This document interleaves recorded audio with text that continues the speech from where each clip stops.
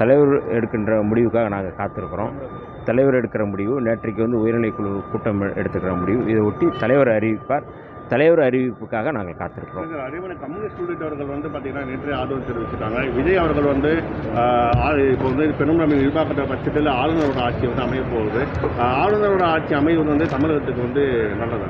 இல்லை, எப்போவுமே விடுதலை சிறுத்தைகளை பொறுத்தளவு ஆளுநர் அப்படிங்கிற இதை ஏற்றுக்கொள்வதில்லை. அவருடைய ஆட்சியும் நாங்கள் ஏற்றுக்கொள்வதில்லை. மக்களாட்சி தான், மக்களுக்கான ஆட்சி தான் தொடர வேண்டும் என்று நாங்கள் விரும்புகிறவர்கள், அமைய வேண்டும் என்று நாங்கள் விரும்புகிறவர்கள்.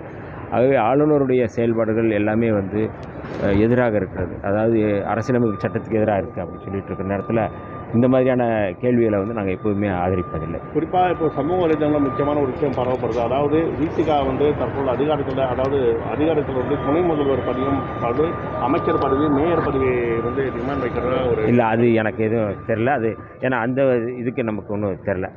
எல்லாமே கடைசி கேள்வி.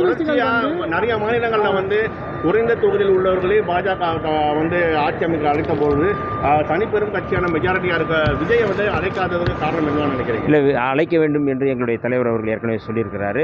அதுதான் அரசியலமைப்பு சட்டம் வழங்கியிருக்கின்ற வாய்ப்பு.